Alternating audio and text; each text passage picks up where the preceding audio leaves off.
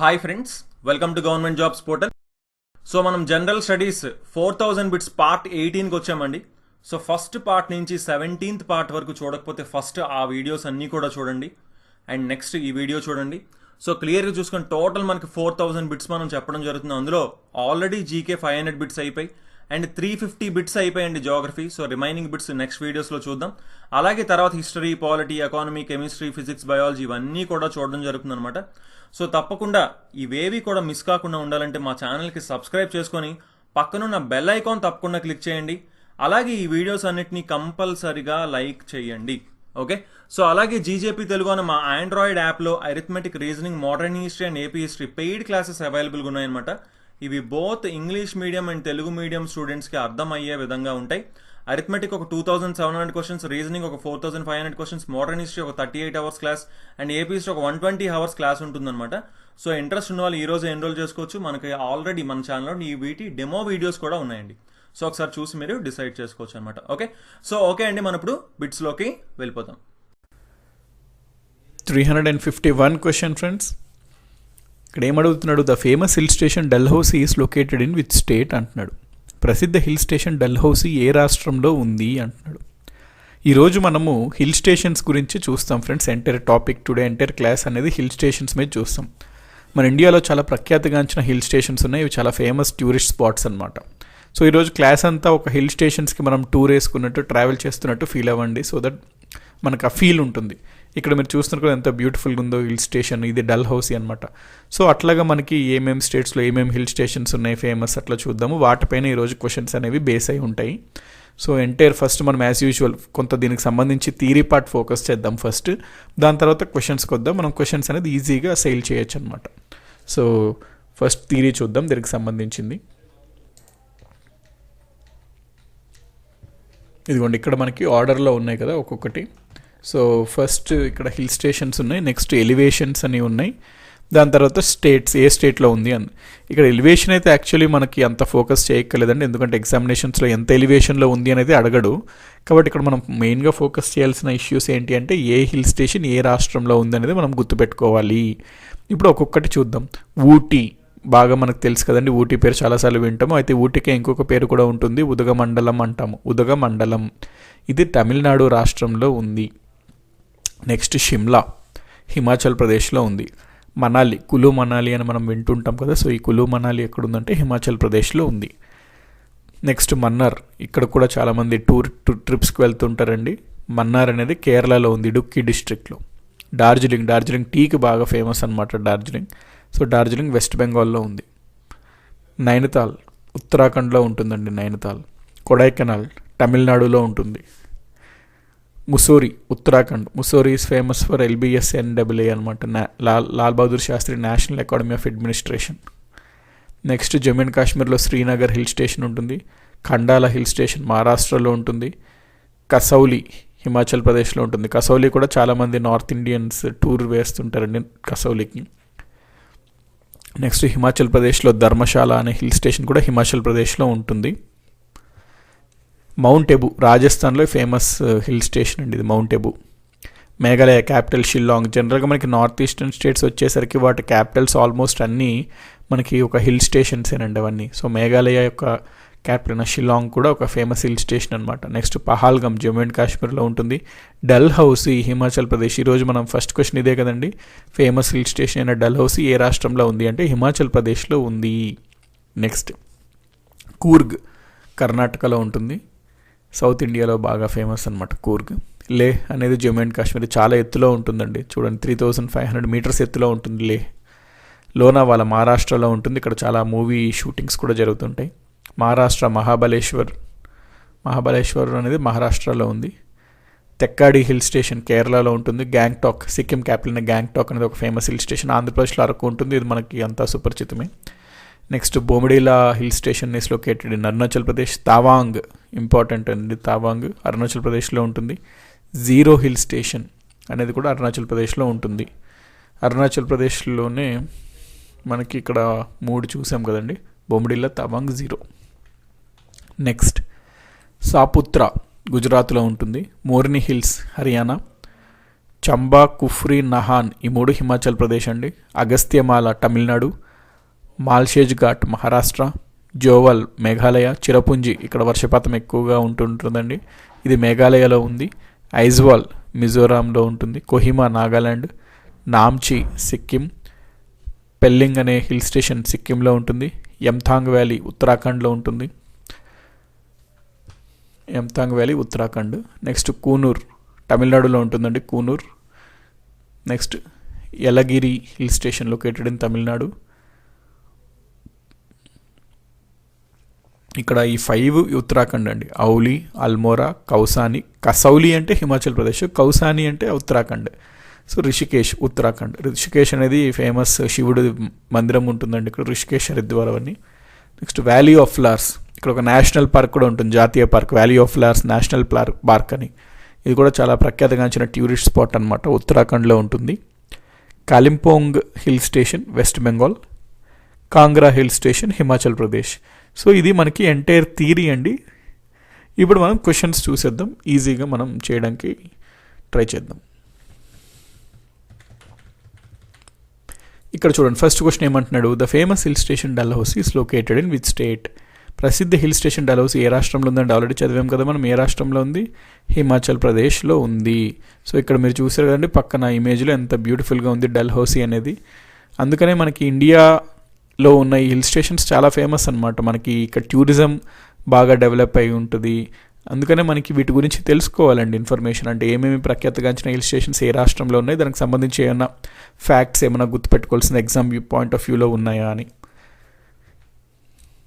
ఇందాక నేను అన్నాను కదండి, మన ఫేమస్ హిల్ స్టేషన్స్కి సంబంధించిన ఫ్యాక్ట్స్ ఓవరాల్ ఐడియా ఉండాలి. కేవలం ఫండమెంటల్గా ఏంటి అంటే ఆ హిల్ స్టేషన్ ఏ రాష్ట్రంలో ఉంది అనేది తెలియాలి. దానితో పాటు ఆ హిల్ స్టేషన్కి సంబంధించి ఏదన్నా ఫ్యాక్ట్స్ ఓవరాల్ ఒక ఐడియా ఉండాలండి. రీసెంట్ హ్యాపెనింగ్స్ ఏమైనా ఉంటున్నాయా, ఒక ఇంపార్టెంట్ ఆ హిల్ స్టేషన్స్కి గుర్తుపెట్టుకోవాల్సిన పాయింట్స్ ఏమైనా ఉన్నాయి ఎగ్జామ్ పాయింట్ ఆఫ్ వ్యూలో అని. ఇక్కడ ప్రశ్న చూడండి, మనకి డైరెక్ట్గా ఈ హిల్ స్టేషన్ ఏ రాష్ట్రంలో ఉంది, అది డైరెక్ట్ క్వశ్చన్ అండి. మనకు అట్లనే కాకుండా కొంచెం దాని బ్యాక్గ్రౌండ్ ఉన్న అడుగుతాడు. ఫర్ ఎగ్జాంపుల్ ఈ క్వశ్చన్లో ఏమంటున్నాడు, which new train is being flagged of by railway minister Suresh Prabhu in April 2017 అంటున్నాడు. అంటే ఏప్రిల్ 2017లో రైల్వే మంత్రి సురేష్ ప్రభు ఏ కొత్త రైలుని ప్రారంభించారు? ఈ metro high speed rail double decker ముందు నుంచే ఉండేవండి. అయితే 2017లో సురేష్ ప్రభు గారు విస్తాడోమ్ కోచ్ ట్రైన్ని ప్రారంభించారు. అయితే విస్తాడోమ్ కోచ్ ట్రైన్ అంటే ఏమిటి? కోచ్ అంటే బోగీలు అండి, విస్తాడోమ్ అంటే అదొక టైప్ ఆఫ్ బోగీలు అనమాట. సో ఏ బోగీల్లో అయితే 360 degrees వ్యూ ఉంటుంది, glass view, 360 degrees glass view ఉంటుందో వాటిని మనము విస్తాడోమ్ కోచెస్ అంటాము. అయితే ఇక్కడ మీరు చూసారు కదా, ఇదే అనమాట విస్తాడోమ్ కోచ్. ఇక్కడ గ్లాసెస్ నుంచి చూసి మన అక్కడ ఉన్న ప్రకృతిని మనం ఆస్వాదించవచ్చు. అయితే ఇది ఎక్కడి నుంచి ఎక్కడి వరకు ప్రారంభించారంటే విశాఖపట్నం టు అరకు. మనకు వైజాగ్ దగ్గరలో అరకు ఫేమస్ హిల్ స్టేషన్ ఉంటుంది కానీ తెలుసు కండి, అక్కడ అరకుకి చాలా బ్యూటిఫుల్ సీనరీస్ ఉంటాయి అన్నమాట. సో వాటిని ప్యాసింజర్స్ ఆస్వాదించాలి అనే ఒక ఉద్దేశంతో గ్లాస్ డోర్స్ ఉన్న విస్తాడోమ్ కోచెస్ ఉన్న ట్రైన్ని ప్రారంభించారు అనమాట విశాఖపట్నం టు అరకు.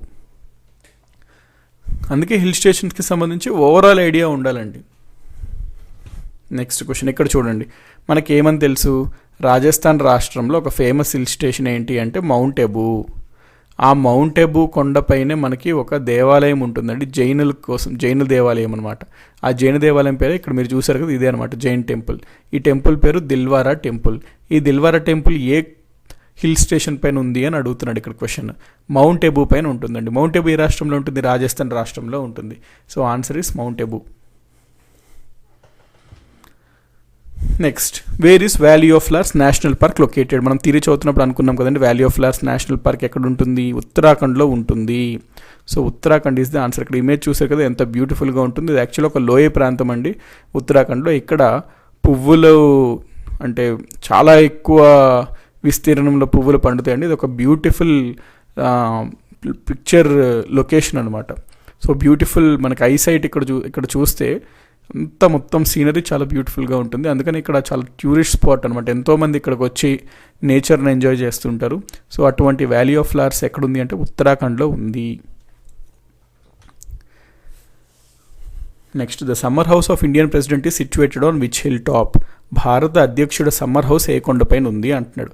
ఇక్కడ చూడండి దీనికి సంబంధించిన కాన్సెప్ట్ ఏంటి అంటే మన ఈ భారత రాష్ట్రపతి ఉంటాడు కదండి, ప్రెసిడెంట్, అతనికి సమ్మర్ రిట్రీట్ అంటామండి. రిట్రీట్ అంటే సమ్మర్ హౌస్ లాగా, సమ్మర్ రిట్రీట్ అంటాము, వింటర్ రిట్రీట్ అంటాం.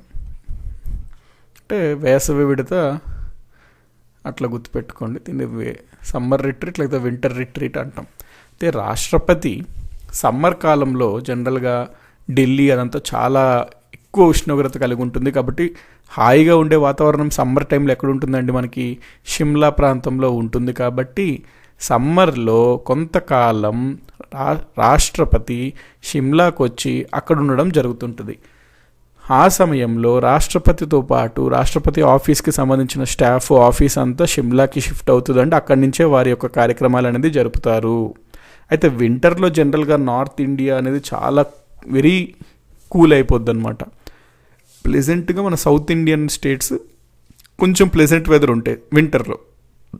అందులో హైదరాబాద్లో మనకి బొల్లారం ఏరియాలో రాష్ట్రపతి నిలయం అనే ఒక భవనం ఉంటుందండి.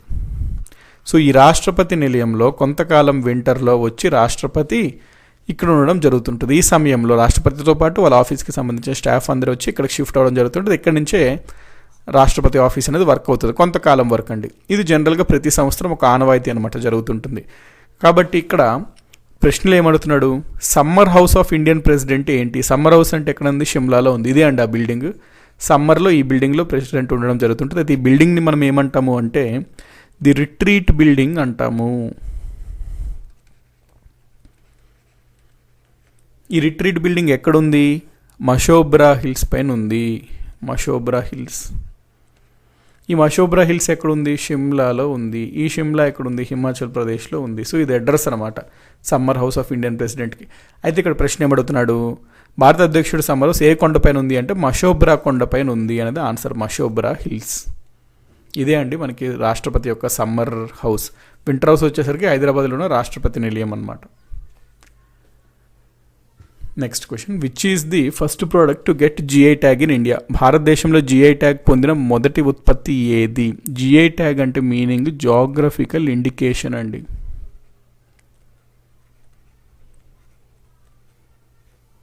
జాగ్రఫికల్ ఇండికేషన్ అంటే మీనింగ్ ఏంటంటే ఒక పర్టికులర్ ఏరియాలో ఒక పర్టికులర్ వస్తువు బాగా ఫేమస్ అయితే ఆ పర్టికులర్ ఏరియాకి చెందిన ఆ వస్తువు అని ఆ వస్తువుకి గుర్తింపు ఇవ్వడం కోసము ఒక ఐడెంటిటీ మార్క్ లాంటిదండి. ఇది తీసుకొచ్చిన వాళ్ళు వరల్డ్ ఆర్గనైజేషన్ తీసుకొచ్చారు జాగ్రఫికల్ ఇండికేషన్ అనే కాన్సెప్ట్. ఇది ఒక ఇంటలెక్చువల్ ప్రాపర్టీ రైట్స్కి సంబంధించిన టాపిక్ అనమాట. ఇది ఎందుకు అంటే ఫర్ ఎగ్జాంపుల్ చూడండి, మనకి ఒక ఏరియాలో కొన్ని ఏరియాలో కొన్ని ప్రత్యేకతలు ఉంటాయి. ఫర్ ఎగ్జాంపుల్ తిరుపతి లడ్డు ఉందనుకోండి. తిరుపతి లడ్డు అంటే మనకి చాలామందికి చాలా అంటే ఫ్యాసినేషన్ ఉంటుంది, ఎట్లాగన్నా తినాలి, లేకపోతే అదంటే ఒక ఇష్టం ఉంటుందన్నమాట. అయితే ఇప్పుడు నేను ఒకవేళ హైదరాబాద్లోనే లేకపోతే ఎక్కడైనా కూర్చొని ఇదిగోండి నేను తయారు చేసి తిరుపతి లడ్డు అని చెప్పి అమ్మాను అనుకోండి. జనాలు తిరుపతి లడ్డు అంటే తిరుపతి లడ్డు అనుకొని ఇది కొని తిని దీంట్లో క్వాలిటీ బాగోకపోతే అక్కడ బ్యాడ్ నేమ్ ఎవరికి వస్తుందంటే తిరుపతి లడ్డూకి వస్తుంది. తిరుపతి ఆ రీజన్కి సంబంధించి ఆ లడ్డూస్కి ఓవరాల్గా వస్తుంది అనమాట బ్యాడ్ నేమ్. సో అట్లాగా మిస్యూజ్ అవ్వకుండా ఒక పర్టికులర్ ఏరియాలో తయారైన పర్టికులర్ వస్తువులకి ఆ ఇంపార్టెన్స్ని పరిరక్షించేందుకు తీసుకొచ్చిన కాన్సెప్టే జాగ్రఫికల్ ఇండికేషన్. దీంట్లో భాగంగా ఏంటి అంటే ఫర్ ఎగ్జాంపుల్ ఒక వస్తువుకి ఆ ప్రాంతంకి చెందినది అని చెప్పి జాగ్రఫికల్ ఇండికేషన్ వస్తే కేవలం ఆ ప్రాంతానికి చెందిన అక్కడ ఉత్పత్తి అయిన వస్తువు మాత్రమే దాన్ని అక్కడ తయారైన వస్తువులాగా వాటిని అమ్మవచ్చు, వాటిని మార్కెటింగ్ చేయవచ్చు అన్నమాట. దాని ద్వారా ఏంటంటే ఒక గుర్తింపు, వాటిని పరిరక్షించినట్టు ఉంటుంది. సో ఈ రకంగా ఇక్కడ ప్రశ్న ఏమడుగుతున్నాడు, భారతదేశంలో జిఐ ట్యాగ్ పొందిన మొదటి ఉత్పత్తి ఏది అంటున్నాడు. సో ఇక్కడ మీరు ఇమేజ్ చూస్తున్నారు కదండి, ఇది డార్జిలింగ్ అనమాట. డార్జిలింగ్లో ఇక్కడ ఏం పండిస్తున్నారు, వీళ్ళు టీ పండిస్తున్నారు. సో ఈ డార్జిలింగ్ టీ అనేది చాలా ఫేమస్ అనమాట. ఇదే మన భారతదేశంలో మొట్టమొదటిగా జిఐ ట్యాగ్ పొందిన వస్తువు ఏది అంటే డార్జిలింగ్ టీ. 2004-05 ఈ టైంలో వచ్చిందండి దీనికి GI tag. So which is the first product to get GI tag in India అంటే Darjeeling tea. Next, select the correct chronology of the hill stations in order of their heights. హిల్ స్టేషన్ల ఎత్తుల క్రమంలో సరైన ఆర్డర్ని ఎంచుకోండి అంటున్నాడు. ఇది కొంచెం బాగా టఫ్ అడగాలంటే ఈ రకంగా అడుగుతాడండి క్వశ్చన్. ఎందుకంటే this questions is based upon heights అనమాట, ఎలివేషన్స్, ఎత్తుకు సంబంధించిన క్వశ్చన్. బాగా టఫ్ అడగాలంటే ఈ క్వశ్చన్ అడుగుతాడు. కొంచెం చూద్దాం జస్ట్. ఆప్షన్స్ ఏమని ఇచ్చాడు, డార్జిలింగ్, శ్రీనగర్, లే, షిమ్లా. వీటికి సంబంధించి మనము ఒక ఆర్డర్లో పెట్టాలి, అంటే ఏ ఏ హైట్స్లో ఏవి ఉన్నాయని చెప్పి. మనము థియరీ చదివినప్పుడు ఆల్రెడీ మనం ఏమనుకున్నామండి, ఫర్ ఎగ్జాంపుల్ ఇక్కడ చూస్తే షిమ్లా చూసారనుకోండి 205 మీటర్స్. నెక్స్ట్ మనకి డార్జిలింగ్ అన్నాడు 2050 మీటర్స్, అంటే షిమ్లా కన్నా తక్కువ హైట్ ఉంది డార్జిలింగ్. సో అంటే షిమ్లా కన్నా తక్కువ హైట్ ఉంది డార్జిలింగ్. నెక్స్ట్ ఏమన్నాడు, శ్రీనగర్ అన్నాడు 1600 మీటర్స్, అంటే డార్జిలింగ్ కన్నా తక్కువ ఉంది శ్రీనగర్. నెక్స్ట్ మనకి ఏమి ఇచ్చాడంటే ఆప్షన్లో లేహ్ ఇచ్చాడు. లే చూడండి ఇక్కడ 3500 మీటర్స్ అనమాట. సో ఇక్కడ లే వస్తుంది. సో ఇచ్చిన 4లో అన్నిటికన్నా తక్కువ శ్రీనగర్, తర్వాత డార్జిలింగ్, తర్వాత షిమ్లా, తర్వాత లేహ్. సో ఈ ఆప్షన్స్ ఉన్న ఆప్షన్స్ చూడండి, శ్రీనగర్ అన్నిటికన్నా ఫస్ట్. సో శ్రీనగర్ 2 ఉన్నాయి, తర్వాత డార్జిలింగ్ కదండి, తర్వాత షిమ్లా, తర్వాత లే. సో బి అనేది right answer. Next question, which is the famous hill station of Arunachal Pradesh? Arunachal ప్రదేశ్లో ప్రఖ్యాతిగాంచిన హిల్ స్టేషన్ ఏది అంటున్నాడు. ఇట్లాంటి క్వశ్చన్స్ మనం ఆన్సర్ చేయాలంటే 2 మెథడ్స్ ఉంటాయండి. ఒకటి ఏంది అంటే డైరెక్ట్గా నాకు తెలుసు అనుకోండి ఆన్సర్. అరుణాచల్ ప్రదేశ్లో ఫేమస్ హిల్ స్టేషన్ తవాంగ్ ఉంది కదా, ఇక్కడ తవాంగ్ ఉంది ఆప్షన్. సో తవాంగ్ అనేది అరుణాచల్ ప్రదేశ్లో ఉంది. ఇది మనకు తెలిస్తే ఇట్లా చేయొచ్చు. ఒకవేళ ఫ్యాక్ట్ తెలీదు, అంటే అరుణాచల్ ప్రదేశ్లో ఫేమస్ హిల్ స్టేషన్స్ ఏంటో నాకు తెలియవు అన్నప్పుడు నేను ఏం చేయాలి అంటే ఎలిమినేషన్ మెథడ్ని పాటించాలి. ఎలిమినేషన్ మెథడ్ అంటే ఏంటి, ఒక్కొక్కటి చూద్దాం. మహాబలేశ్వర్ ఎక్కడ ఉంటుంది, మనకి మహారాష్ట్రలో ఉంటుంది. సో అరుణాచల్ ప్రదేశ్ కాదు, ఇది ఎలిమినేట్ చేద్దాం. అరకు మనకు తెలుసు ఆంధ్రప్రదేశ్, అరుణాచల్ ప్రదేశ్ కాదు. మన్నార్ ఎక్కడండి, కేరళలో ఉంటుంది. సో ఇది కాదు, తవాంగ్. సో ఈ 3 ఎలిమినేట్ చేసి ఆబ్వియస్లీ ఆన్సర్ ఇదే అవ్వాలి. అట్లాగన్నా మనం ఆన్సర్ తీసుకురావచ్చు అనమాట. Next question 359, Khajjiar is famous hill station in. Khajjiar hill station ఎక్కడ ఉంటుందంటే అండి మనకి హిమాచల్ ప్రదేశ్లో ఉంటుంది Khajjiar hill station. Which hill station is not in Himachal Pradesh? ఇక్కడ చూడండి ప్రశ్న ఎట్లా అడుగుతున్నాడు, హిమాచల్ ప్రదేశ్లో లేని హిల్ స్టేషన్ ఏది అంటున్నాడు. మనకి ఎక్కువ హిల్ స్టేషన్స్ అనేవి హిమాచల్ ప్రదేశ్లో లొకేట్ అయి ఉంటాయండి. అయితే ఇక్కడ మనకి హిమాచల్ ప్రదేశ్కి చెందని హిల్ స్టేషన్ ఏది 4 అంటున్నాడు. ఖజియార్ ఇందాకే చదివాం కదా, ఇది హిమాచల్ ప్రదేశ్కి చెందింది. కులు, మనాలి ఇవన్నీ హిమాచల్ ప్రదేశ్కి చెందింది. షిమ్లా అనేది హిమాచల్ ప్రదేశ్ క్యాపిటల్. కూర్గ్ వచ్చేసరికి మనకి కర్ణాటకలో ఉంటుందండి, హిమాచల్ ప్రదేశ్లో కాదు. So Coorg is the correct answer for this question. So మనకి హిల్ స్టేషన్కి సంబంధించి ఇదే అండి 2 days class, 2 days concept and bits on that. So మీరు ఏం చేస్తారంటే నోట్స్లో హిల్ స్టేషన్స్ని రాసుకొని దాన్ని రివైజ్ చేయండి. అవి గుర్తుపెట్టుకోవడానికి ట్రై చేయండి. గుర్తుపెట్టుకోవడానికి మీరు నిమోనిక్స్ని మీరు ట్రై చేయండి. అంటే మీకు ఎట్లాగా ఏ కోడ్ పెట్టుకోగలిగితే మీరు గుర్తుపెట్టుకోగలుగుతున్నారు అట్లాగా. నిమోనిక్స్ అనేది ఒకళ్ళు చెప్పడం కాదండి. అంటే ఇప్పుడు ఫర్ ఎగ్జాంపుల్ ఇట్లాగా గుర్తుపెట్టుకోండి అని ఒకళ్ళు చెప్తే గుర్తుండేవి కన్నావి. నిమోనిక్స్ అనేది ఒక పర్సన్ ఎవరైతే అనుకుంటున్నారో వాళ్ళు ఆ కాన్సెప్ట్ని చూసి దీన్ని ఎట్లా గుర్తుపెట్టుకోవచ్చు అని ఓన్గా తయారు చేసుకోవాలండి. నిమోనిక్స్ బై వెరీ డెఫినేషన్ ఏంటి అంటే మనకి ఎట్లాగైతే గుర్తుపెట్టుకోవాలో మన ఓన్గా వాటిని తయారు చేసి గుర్తుపెట్టుకోవాలి, అప్పుడే బాగా గుర్తుంటాయి. సో చూడండి ఇప్పుడు హిల్ స్టేషన్స్ కొన్ని ఫేమస్ ఉన్నాయి కదా, ఎట్లా గుర్తుపెట్టుకోవచ్చు. స్టేట్ వైజ్ రాసుకొని, అంటే for example state wise mention చేసుకోండి. హిమాచల్ ప్రదేశ్లో ఏమేమి ఉన్నాయి అట్లా రాసుకోండి నోట్స్లో. నెక్స్ట్ తమిళనాడులో ఏమేమి ఉన్నాయి అట్లా నోట్ చేసుకుంటుండండి. So this is entire about hill stations.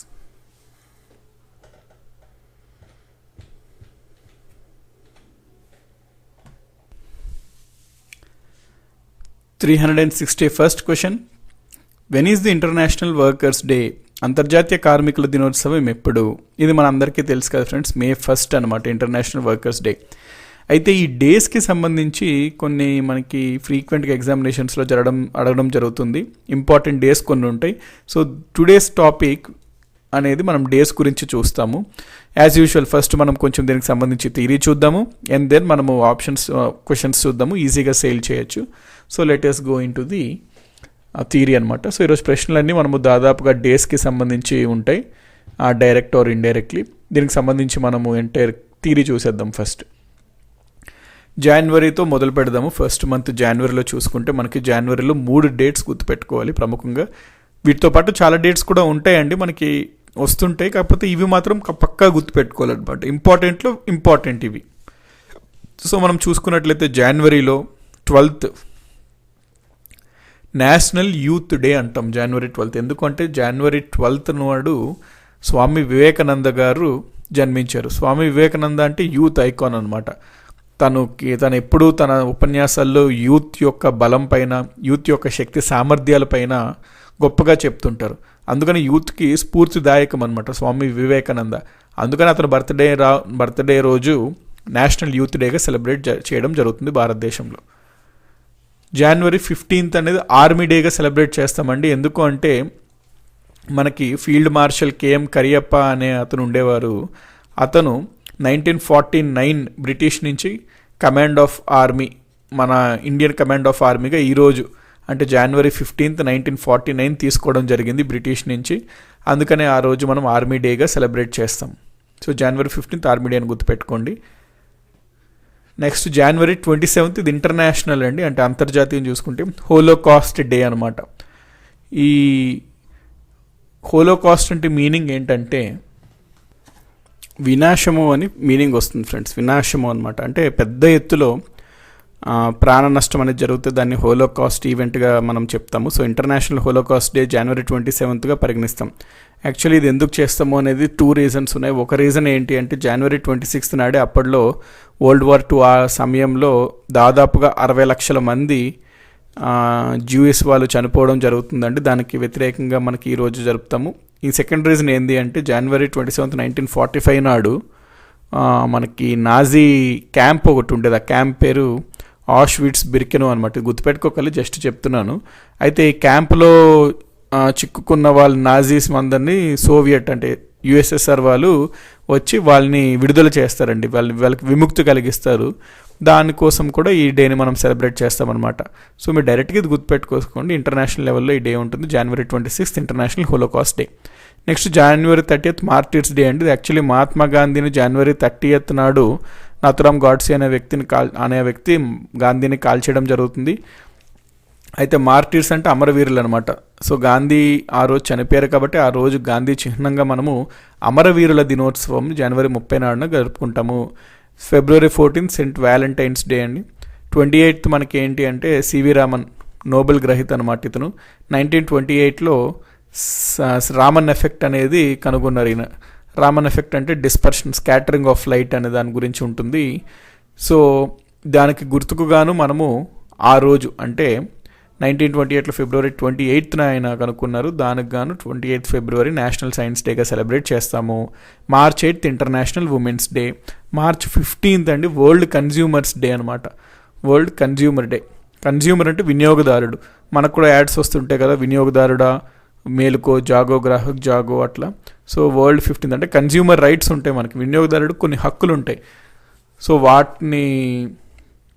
వాటిపైన అవగాహన పెంచడం కోసం ఈ డేని సెలబ్రేట్ చేస్తారు. March 15th world consumer day. Next April 7th world health day అనమాట. April 7th. April 12th international day of human space flight.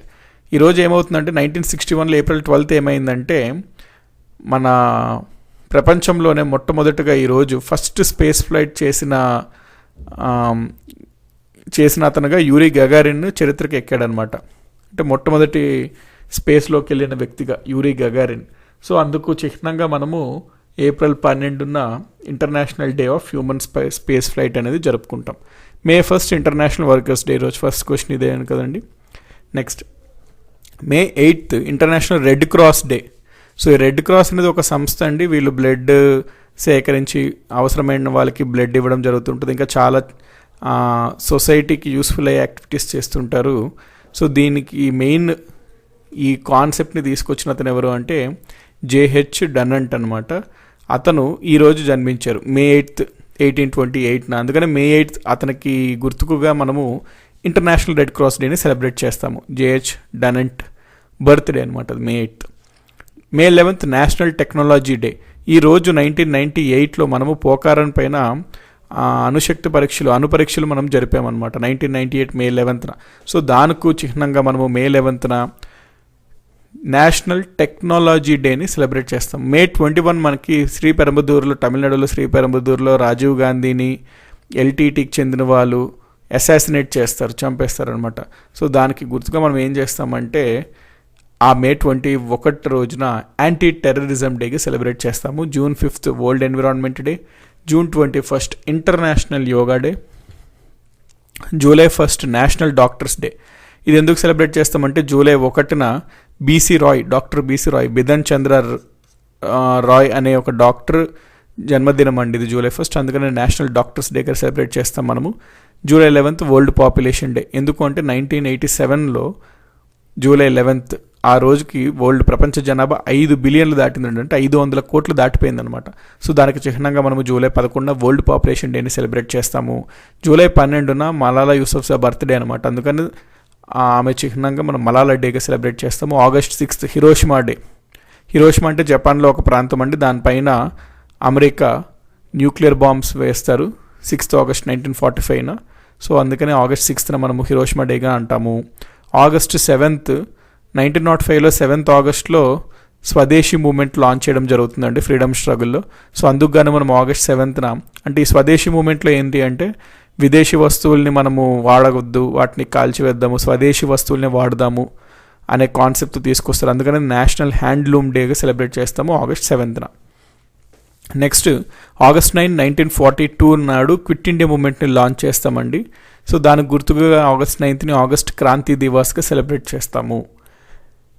Next August 19th మనము world humanitarian డేగా సెలబ్రేట్ చేస్తాము. ఎందుకంటే 2003లో August 19 నాడు బాగ్దాద్ ఇరాక్లో ఉన్న బాగ్దాద్లో యునైటెడ్ నేషన్స్ హెడ్ క్వార్టర్స్ పైన bomb వేశారండి. ఆ బాంబులో దాదాపుగా 22 మంది అక్కడ పనిచేసే వాళ్ళు చనిపోవడం జరిగింది. ఇది దెబ్బ అనమాట, అంటే ఒక మానవత్వానికే దెబ్బ ఇది. ఎందుకంటే UN head quarters, UN embassy ఇవన్నీ ఏంటి అంటే శాంతిని, పీస్ని, ప్రాస్పెరిటీని పెంచే విధంగా పనిచేసే సంస్థలు.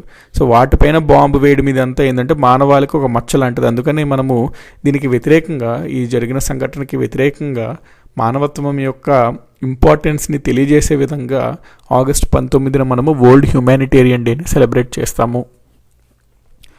రాజీవ్ గాంధీ గారు 1944 August 20వ తారీఖున జన్మించారు. ఆయన జన్మదినానికి చిహ్నంగా మనము August 20న సద్భావనా దివస్ని సెలబ్రేట్ చేస్తాము. ఇంపార్టెంట్ అండి. నెక్స్ట్ మనకి హాకీ ప్లేయర్ అయిన ధ్యాన్ చంద్ అనే అతను ఉండేవాడు. అతను 1905 August 29th జన్మించాడు. సో అతని బర్త్డేని మనం నేషనల్ స్పోర్ట్స్ డేగా సెలబ్రేట్ చేస్తాము. సర్వేపల్లి రాధాకృష్ణన్ గారు 1888 September 5న జన్మించారు. ఆయన బర్త్డేని మనం టీచర్స్ డేగా సెలబ్రేట్ చేస్తాము. September 8th international literacy day, అంతర్జాతీయ అక్షరాస్యత దినోత్సవం అన్నమాట. September 8. September 14th మనకి కాన్స్టిట్యూయెంట్ అసెంబ్లీ, రాజ్యాంగ పరిషత్ 1949లో September 14వ తేదీన మన అఫీషియల్ భాష హిందీగా ప్రకటించారు. సో దానికి గుర్తుగా హిందీ దివస్ September 14th మనం సెలబ్రేట్ చేసుకుంటాము. నెక్స్ట్ మోక్షగుండం విశ్వేశ్వరయ్య గారు ప్రఖ్యాతిగాంచిన ఇంజనీర్ అండి. చాలా ఇరిగేషన్కి సంబంధించి చాలా ప్రాజెక్ట్స్లో కూడా ఈయన నేతృత్వంలో నిర్మించబడ్డాయి. సో ఈయన బర్త్డే వచ్చేసరికి September 15th, అందుకని ఆ రోజున మనం ఇంజనీర్స్ డేగా సెలబ్రేట్ చేస్తాము. Next September 27th world tourism day అండి. October 2nd గాంధీ పుట్టినరోజు కదా, 1816 October 2nd గాంధీ జన్మించారు. సో ఆయన నాన్ వైలెన్స్ బాగా ప్రసిద్ధి అనమాట గాంధీ గారు. సో అందుకనే October 2nd international non violence అహింసా దినోత్సవంగా పరిగణిస్తాము. October 8th మన ఇండియాలో ఇండియన్ ఎయిర్ ఫోర్స్ అనేది 1932 October 8th అఫీషియల్గా స్థాపించబడిందండి. అందుకనే మనం October 8th Indian air force డేగా సెలబ్రేట్ చేస్తాము. నెక్స్ట్ FAO అంటాము, ఫుడ్ అండ్ అగ్రికల్చర్ ఆర్గనైజేషన్ అనేది. ఇది 1945 October 16th స్థాపించబడింది. అందుకని మనం October 16th వరల్డ్ ఫుడ్ డేగా సెలబ్రేట్ చేస్తాము. October 24th 1945 రోజున యునైటెడ్ నేషన్స్ ఆర్గనైజేషన్స్ UNO అనేది స్థాపించబడిందండి. అందుకనే ఆ రోజు మనము యునైటెడ్ నేషన్స్ డేగా సెలబ్రేట్ చేస్తాము October 24న. నెక్స్ట్ October 31న సర్దార్ వల్లభాయ్ పటేల్ గారు జన్మించారు. సర్దార్ వల్లభాయ్ పటేల్ గారు మన ఇండియా స్వతంత్రం వచ్చినప్పుడు దాదాపుగా 550 చిన్న చిన్న రాష్ట్రాల్లాగా ఉండేవండి. రాజులు వాళ్ళ చేతుల్లో రకరకాలుగా సిచ్యువేషన్ ఉండేదన్నమాట. అయితే ఇతను ఎంతో కృషి చేసి వాటన్నిటినీ ఒక త్రాటిపైకి తీసుకొచ్చి ఒక యూనిటీని తీసుకొచ్చాడు ఇండియాకి ఇతను. అందుకనే ఇతను ఒక బర్త్డేని మనము రాష్ట్రీయ ఏక్తా దివాస్, ఏక్తా అంటే ఒక యూనిటీ లాగా అనమాట, ఏక్తా దివాస్గా సెలబ్రేట్ చేస్తాం October 31st అనమాట. అంటే వెరీ ఇంపార్టెంట్ లీడర్ అండి సర్దార్ వల్లభాయ్ పటేల్. ఈయన గురించి తెలుసుకోవాలి డెఫినెట్గా. ఈయన గురించి ఏదొచ్చినా కరెంట్ అఫైర్స్ నోట్ చేసుకుంటుండండి, ఎందుకంటే హైలీ అడ్మినిస్ట్రేషన్కి సంబంధించి ఇతను వెరీ ఇంపార్టెంట్ అనమాట.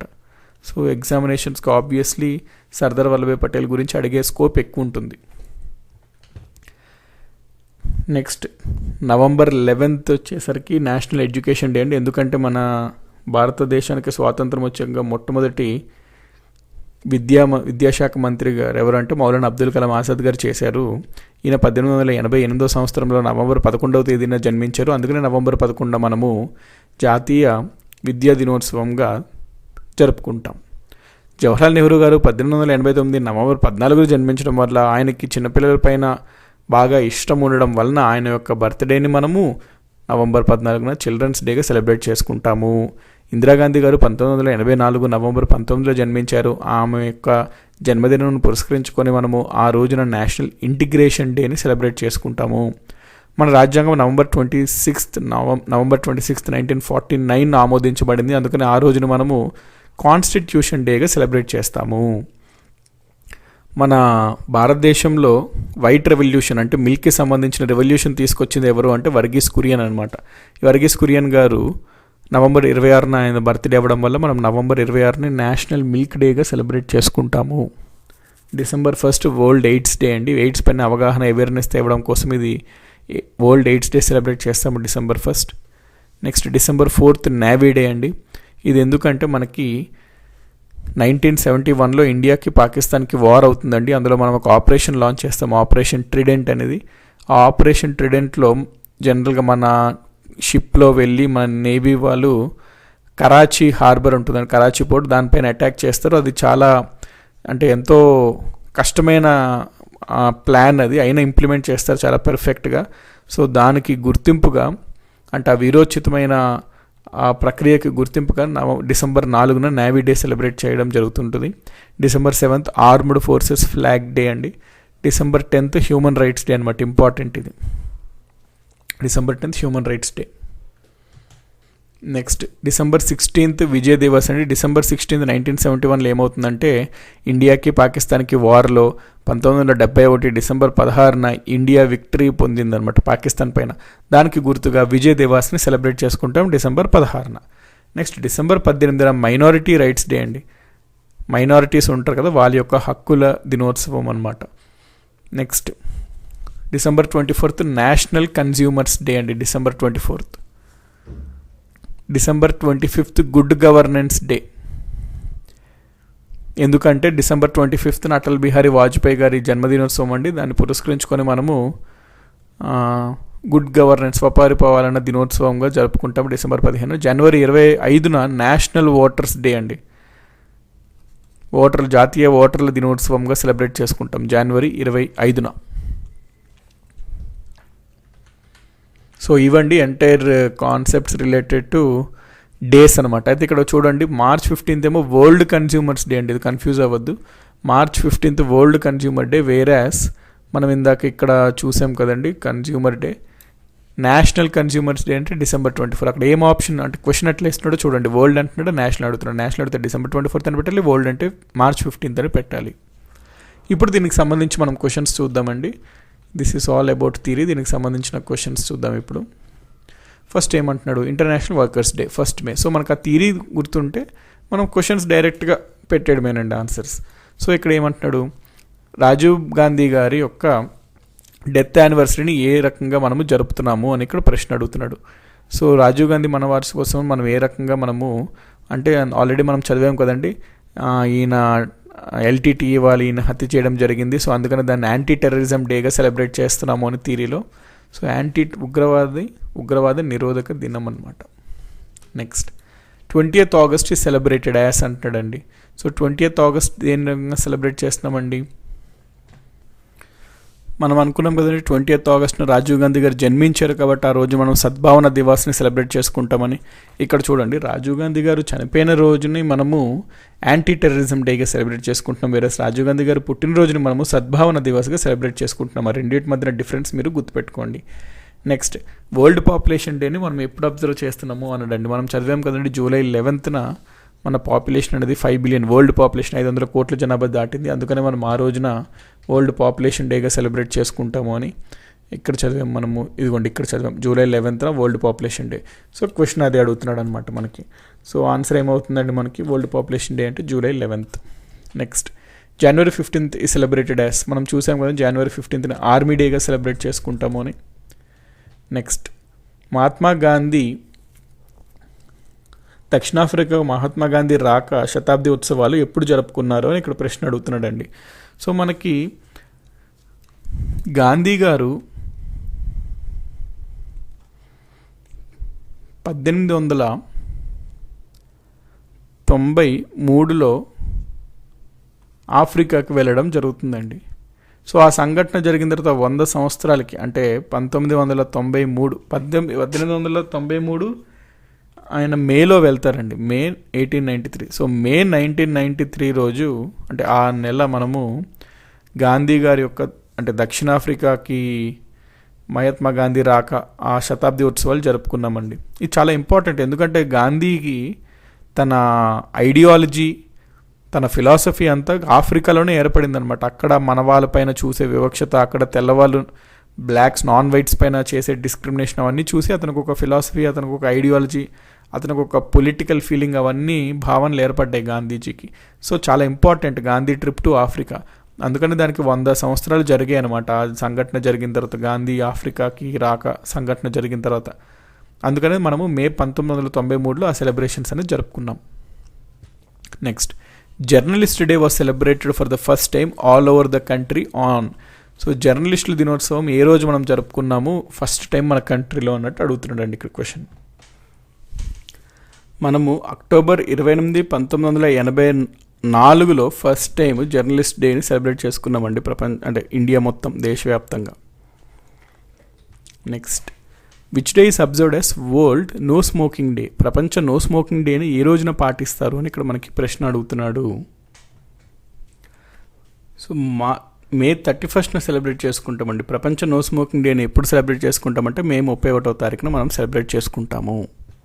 నెక్స్ట్ వరల్డ్ ఫుడ్ డేని ఏ రోజున మనం సెలబ్రేట్ చేసుకుంటున్నామో అని ఇక్కడ క్వశ్చన్ అడుగుతున్నాడండి. World food day.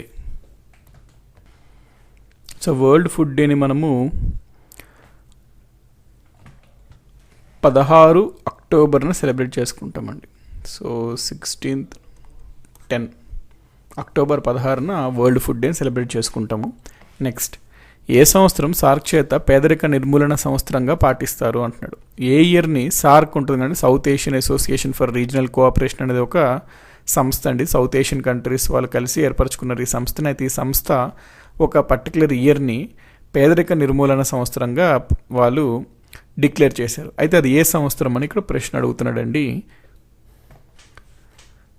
SAARC 1995 ఇయర్ని poverty eradication పేదరిక నిర్మూలన సంవత్సరంగా వాళ్ళు పాటించారండి, వాళ్ళు డిక్లేర్ చేయడం జరిగింది. సో మనకి డేస్కి సంబంధించి ఇట్లా ఉంటాయండి క్వశ్చన్స్. నేషనల్ కొన్ని ఉంటాయి, కొన్ని ఇంటర్నేషనల్ ఉంటాయి, కొన్ని సంస్థలు ఈ రకంగా కొన్ని యుఎన్ఓ ప్రకటించినవి, సార్క్ ప్రకటించినవి, ఇట్లా కొన్ని సంస్థలు ప్రకటించినవి ఉంటాయి. ఎగ్జామ్స్లో థీమ్స్ మీద అడుగుతాడు, current affairs type questions. For example మనకి ఏమని చదువుతాము, వరల్డ్ ఎన్విరాన్మెంట్ డే ఉంటుంది, ఈ ఇయర్ పర్టికులర్ థీమ్ ఏంటి, అట్లాగే ప్రశ్నలు అడుగుతాడు. సో డేస్కి సంబంధించి వీటిపైన మనం ఫోకస్ చేయాలన్నమాట. ఈ రకంగా ఉంటాయి క్వశ్చన్స్.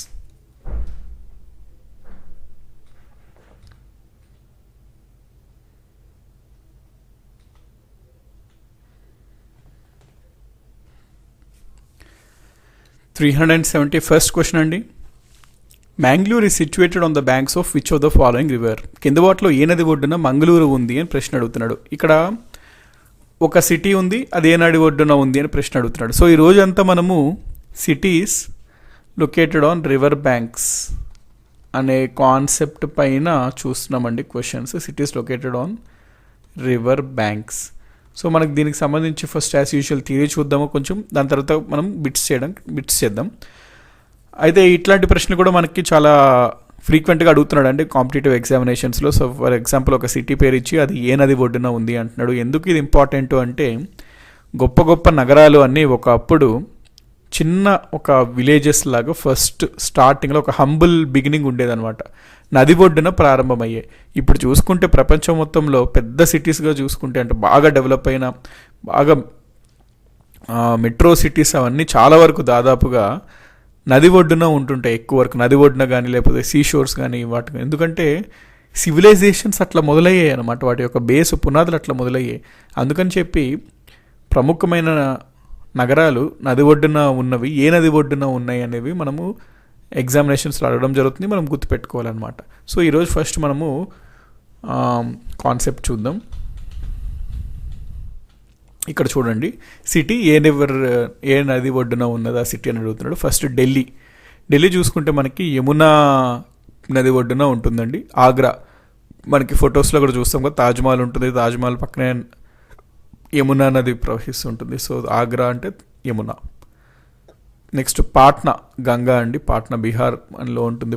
పాట్నా గంగా నది ఒడ్డున ఉంటుంది. హరిద్వార్, రిషికేశ్, హరిద్వార్ ఇది ప్రఖ్యాతిగాంచిన శివాలయాలు ఇక్కడ ఉంటాయండి. సో అక్కడ గంగా నది ఒడ్డున ఉంటాయి అన్నమాట, రిషికేశ్ కానీ హరిద్వార్ కానీ.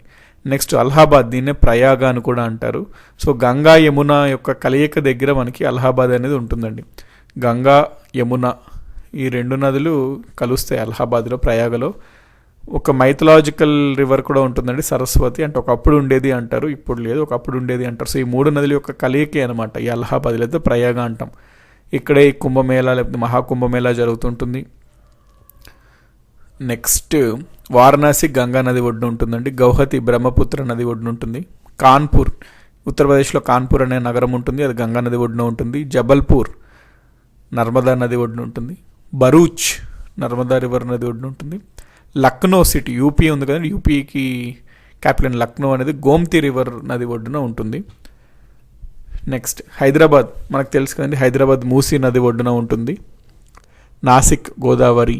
శ్రీనగర్ జేలం, ఇంపార్టెంట్ అండి, శ్రీనగర్ జేలం నది ఒడ్డున ఉంటుంది. విజయవాడ కృష్ణా నది ఒడ్డున ఉంటుంది. కోల్కతా హుగ్లీ.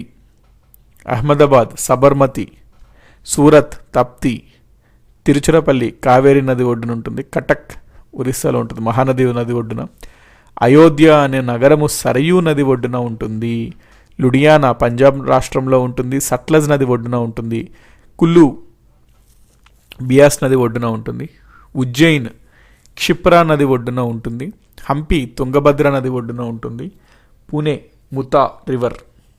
నెక్స్ట్ వడోదరా విశ్వామిత్రి అనే నది ఒడ్డున ఉంటుంది, వడోదరా నగరం. నెక్స్ట్ మదురై నగరం అనేది వాయిగై నది ఒడ్డున ఉంటుంది, వాయిగై. నెక్స్ట్ కోయంబత్తూర్ నొయ్యాల్. గోరఖ్పూర్ రాప్తి. నెల్లూరు పన్నా నది ఒడ్డున ఉంటుంది, పెన్నా నది ఒడ్డున. కర్నూలు తుంగభద్ర నది ఒడ్డున. దుర్గాపూర్ దామోదర్ నది ఒడ్డున ఉంటుంది. దుర్గాపూర్ ఇక్కడ ప్రఖ్యాతిగాంచిన ఒక స్టీల్ ప్లాంట్ కూడా ఉంటుందండి, దుర్గాపూర్ స్టీల్ ప్లాంట్ అంటాము. జమ్మూ నగరము తావి నది ఒడ్డున ఉంటుంది. సో ఈ రకంగా ఉంటాయండి, ఇవన్నీ మీరు నోట్స్ చేసుకుంటుండండి. మనము దీనికి సంబంధించి ఇప్పుడు మనం బిట్స్కి వెళ్ళిపోదాం. సో ఇక్కడ చూడండి, మంగళూరు, కర్ణాటకలో మంగళూరు అనే ఊరు ఉంటుంది కదా, అది ఏ నది ఒడ్డున ఉంటుంది అంటున్నాడు. మనకి నేత్రావతి అనే నది ఉంటుందండి, ఆ నది ఒడ్డున మనకి ఈ నగరం అనేది ఉంటుందన్నమాట, మంగళూరు అనే నగరం. So Mangaluru is located on the banks of Netravati river. Next question, ఇక్కడ మీరు చూస్తున్నారు కదండి ఈ పట్టణమే శ్రీనగర్ అనమాట.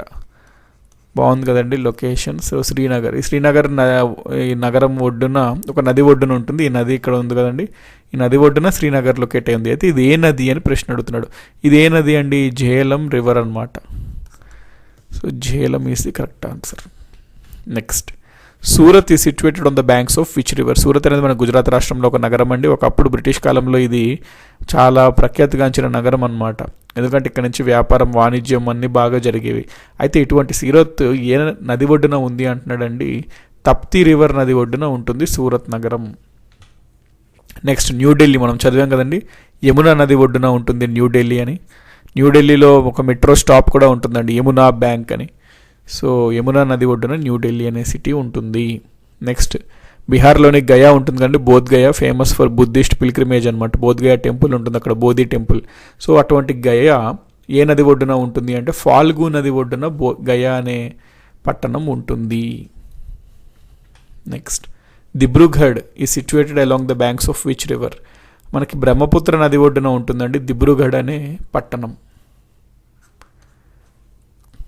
Next, city of Vijayawada is located on the banks of Krishna river. ఇది మనకు తెలుసు కదండి.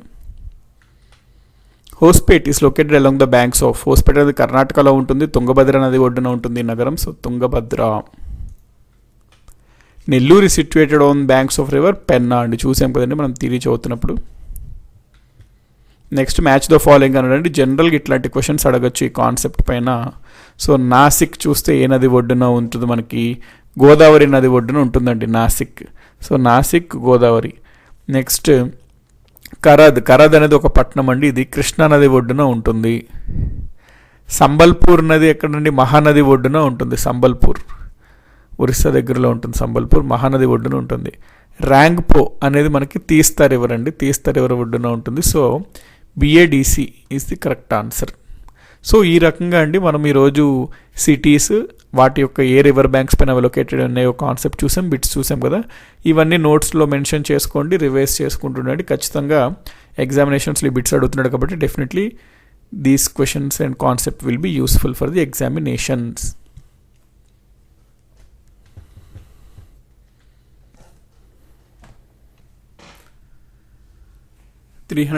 ఫస్ట్ క్వశ్చన్ అండి. Which state has the longest national highway road in India? భారతదేశంలో ఏ రాష్ట్రంలో అది పొడవైన జాతీయ రహదారి యొక్క వ్యవస్థ ఉంది అని ప్రశ్న అడుగుతున్నాడు. మనకి ఉత్తరప్రదేశ్ చాలా పెద్ద రాష్ట్రం కాబట్టి అది దాదాపుగా కొంచెం సెంటర్లో ఉంటుంటుంది, అంటే ఏరియా పరంగా చూసుకుంటే, అంటే నార్త్ సౌత్ ఈస్ట్ వెస్ట్ ఇట్లా చూసుకుంటే ఈ ప్రాంతంలో ఉంటుంది కాబట్టి కొంచెం ప్రైమ్ ఏరియా అనమాట ఉత్తరప్రదేశ్. సో పెద్ద రాష్ట్రం ప్లస్ ప్రైమ్ ఏరియాలో ఉంటుంది కాబట్టి ఆబ్వియస్లీ ఉత్తరప్రదేశ్లోనే ఎక్కువ జాతీయ రహదారి వ్యవస్థ అనేది ఉండాలి. సో ఈ రోజు అండి మనము రోడ్డుకి సంబంధించి చూస్తున్నాం అనమాట. జనరల్గా రోడ్డుకి సంబంధించి కొంత కాన్సెప్ట్ చూస్తాం, దానిపైన బిట్స్ చూస్తాం అనమాట. లైక్ సో యాజ్ యూజువల్గా ఫస్ట్ మనం థియరీ చూద్దాం ఇప్పుడు. సో ఫస్ట్ థియరీ చూద్దామండి. ప్రపంచంలోనే మన రోడ్ నెట్వర్క్ చూసుకుంటే ఇండియా సెకండ్ అనమాట. అంటే మొత్తం కిలోమీటర్స్ రోడ్ అంటే మనకి ఏమొస్తాయండి, నేషనల్ హైవేస్ వస్తాయి, స్టేట్ హైవేస్ వస్తాయి, డిస్ట్రిక్ట్ రోడ్స్ వస్తాయి, పంచాయత్ రోడ్స్ వస్తాయి, పబ్లిక్ వర్క్స్ డిపార్ట్మెంట్స్ పీడబ్ల్యూడి వాళ్ళ యొక్క రోడ్స్ కొన్ని ఉంటాయి అవి వస్తాయి. నెక్స్ట్ బార్డర్ రోడ్స్ వస్తాయి, సరిహద్దుల దగ్గర నిర్మించిన రోడ్స్ వస్తాయి. సో ఎక్సెట్రా ఇవన్నీ రోడ్డు వ్యవస్థ కింద వస్తాయండి. అట్లా చూసుకుంటే చూసుకుంటే ఈ వ్యవస్థ మొత్తం రోడ్డు వ్యవస్థ ప్రపంచంలోనే 2వ పొజిషన్లో ఇండియా ఉందన్నమాట. So maximum length of national highways ఏ రాష్ట్రంలో ఉందంటే ఉత్తరప్రదేశ్లో ఉంది. ఇదే కదండి ఈరోజు first question. So the maximum length of national highways is in Uttar Pradesh. ఎంత అంటే 8483. అయితే ఈ ఫ్యాక్ట్ అనేది ఎప్పటికీ మారుతుంటుందండి, ఎందుకంటే ర్యాపిడ్గా మన ఇండియాలో నేషనల్ హైవేస్ యొక్క కన్స్ట్రక్షన్ జరుగుతుంది కాబట్టి ఈ నెంబర్ గుర్తుపెట్టుకోవాలి, ఎందుకంటే చేంజ్ అవుతూ ఉంటుంటుంది అనమాట. ఎప్పటికప్పుడు అంటే పెంచుతూ కడుతూ ఉంటున్నారు. సో ఓన్లీ థింగ్ ఇక్కడ మీరు ఏం గుర్తుపెట్టుకోవాలి అంటే ఉత్తరప్రదేశ్లో ఎక్కువ లెంగ్త్ ఆఫ్ హైవేస్ ఉన్నాయి, నేషనల్ హైవేస్ ఉన్నాయని గుర్తుపెట్టుకోండి. నెక్స్ట్ ప్యాసింజర్ ట్రాఫిక్ అండి. ప్యాసింజర్ ట్రాఫిక్ అంటే పీపుల్ యొక్క మూవ్మెంట్ దాదాపుగా 80% రోడ్స్లోనే అవుతున్నాయి. అంటే పీపుల్ యొక్క మూవ్మెంట్ ఒక ప్రదేశం నుంచి ఇంకో ప్రదేశం వెళ్ళాలి అంటే మనకి ఏముంటాయండి మార్గాలు, రోడ్డు, రైలు, వాటర్, ఎయిర్. అయితే రోడ్డు ఒక్కటి మీద 80% ట్రాఫిక్ అంటే ప్యాసింజర్ ట్రాఫిక్ అంటే జనాలు వెళ్ళడం జరుగుతుంది. 20% మిగతా వేస్ అనమాట. ఫ్రైట్ అంటే కార్గో అండి, లగేజ్ అనమాట. 65% దాకా కార్గో, ఫ్రైట్ వస్తువులు రోడ్డు పైనే జరుగుతుంది రవాణా వ్యవస్థ. నెక్స్ట్ మనకి కారిడార్స్ అని ఉంటాయండి. North south corridor, east west corridor అని ఉంటాయి. సో నార్త్ని సౌత్ కనెక్ట్ చేసేది ఒక కారిడార్ అంటే ఒక రోడ్డు వ్యవస్థ లాంటిదండి. ఇది నార్త్లో ఉన్న శ్రీనగర్ నుంచి సౌత్లో ఉన్న కన్యాకుమారి వరకు కనెక్ట్ చేస్తుంది అనమాట, ఒక రోడ్డు వ్యవస్థ లాంటిది. సో దీన్నే మనము నార్త్ టు సౌత్ కారిడార్ అంటాము. సో దీని యొక్క లెంగ్త్ ఎంత అంటే దాదాపుగా 4000 కిలోమీటర్స్ అండి. ఇదే విధంగా మనకి వెస్ట్లో మనకి పోర్బందర్ ఉంటుంది కదండి, గాంధీ పుట్టిన ప్రదేశం. ఈస్ట్లో సిల్చార్ అనే ప్రదేశం ఉంటుంది. సో ఈ రెండు ప్రాంతాలని కట్టే ఒక రోడ్డు వ్యవస్థ కూడా ఉంటుంది. దీన్నే మనం ఈస్ట్ వెస్ట్ కారిడార్ అంటాం. ఇది దాదాపుగా 3300 కిలోమీటర్లు ఉంటుంది, north south east west corridor. ఈ రెండు మీట్ అయ్యే పాయింట్ అంటే ఝాన్సీ అనే ప్రదేశం అనమాట. సో ఝాన్సీలో జంక్షన్ అనమాట నార్త్ సౌత్ ఈస్ట్ వెస్ట్ కారిడార్స్కి. నెక్స్ట్ మనకి జీటీ రోడ్ అంటామండి, గ్రాండ్ ట్రంక్ రోడ్. అయితే గ్రాండ్ ట్రంక్ రోడ్ హిస్టరీ పరంగా చూసుకుంటే మనకి బంగ్లాదేశ్లో సోనార్గావ్ అనే ప్రదేశం ఉంటుంది. ఎట్ ద సేమ్ టైం మనకి ఆఫ్ఘనిస్తాన్లో కాబూల్ ఉంటుంది.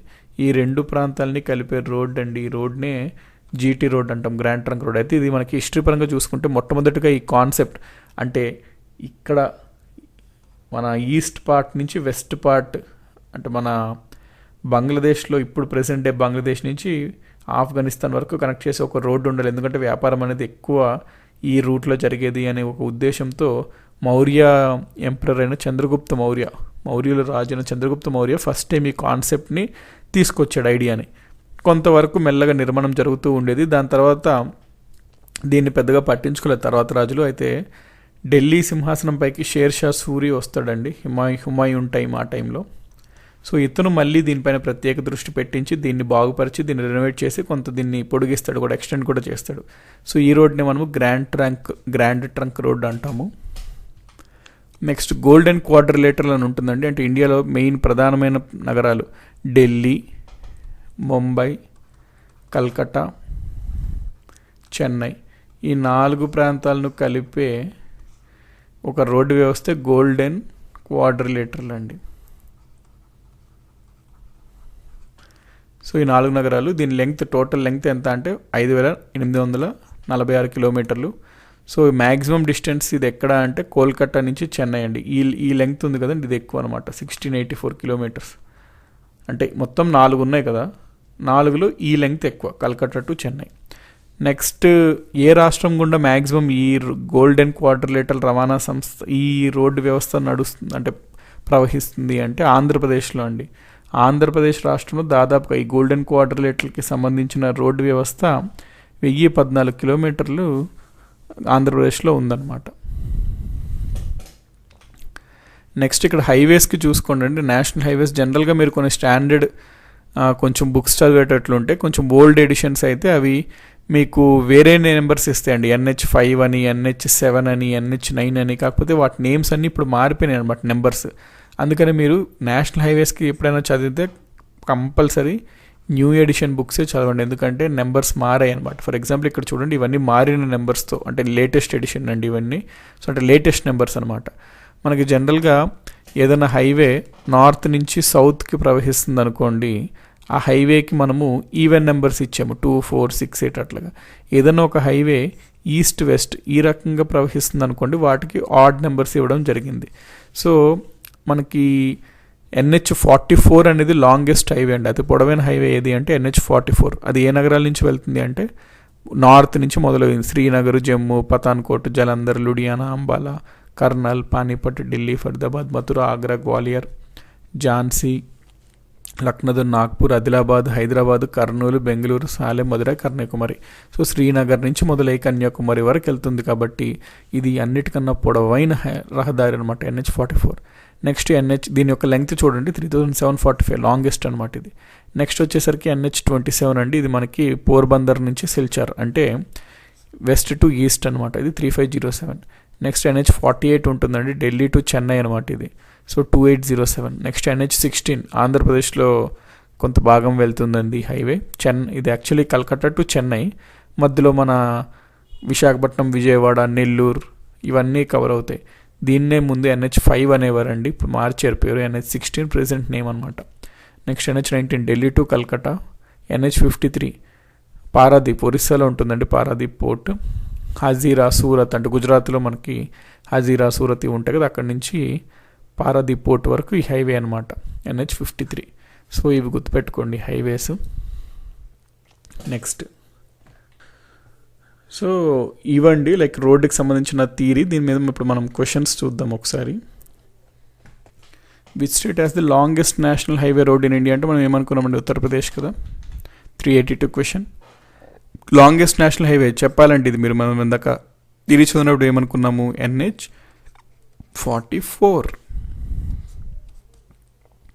దీని ఓల్డ్ నేమ్ NH7 అండి. కొన్ని బుక్స్ మీరు ఓల్డ్ ఎడిషన్ చదివితే NH7 is the longest highway అని ఇవ్వచ్చు, రైటే ఒకప్పుడు. కాకపోతే ఇప్పుడు నేమ్స్ మార్చేశారు. సో NH7 ఇప్పుడు మార్చి NH44గా పెట్టారు. సో ఆప్షన్ NH44 అని మనం ఆన్సర్ పెట్టాలన్నమాట లాంగెస్ట్ నేషనల్ హైవే అన్నప్పుడు. నెక్స్ట్ సాంద్రత అంటే రోడ్డు వ్యవస్థ సాంద్రత ఎక్కువ ఏ రాష్ట్రంలో ఉంటుంది అంటే మనకి దీని ఆన్సర్ కేరళ అని పెట్టాలండి. కేరళలో ఎక్కువ రోడ్డు డెన్సిటీ ఆఫ్ రోడ్స్ అంటే కేరళ. లెంగ్త్ ఆఫ్ రోడ్స్ అంటే ఎక్కువ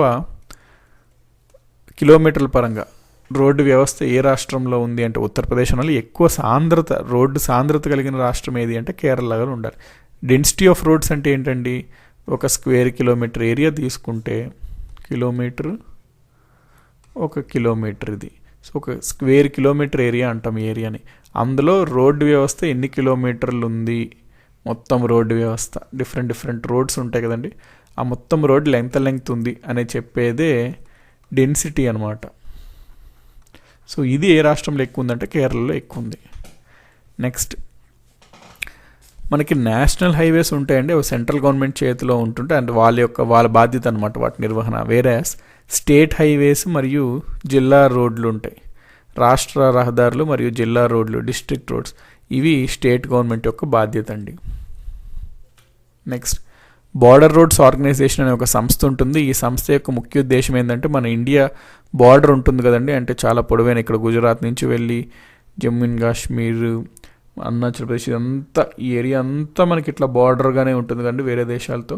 సో ఈ బార్డర్ ఏరియాస్లో రోడ్స్ కన్స్ట్రక్ట్ చేయడం అనేది అంత ఈజీ పని కాదు. దీనికి ఒక సపరేట్ ఆర్గనైజేషన్ ఉండి ఒక స్కిల్డ్ మ్యాన్ పవర్ అనేది ఉండాలండి వీటికి సంబంధించి.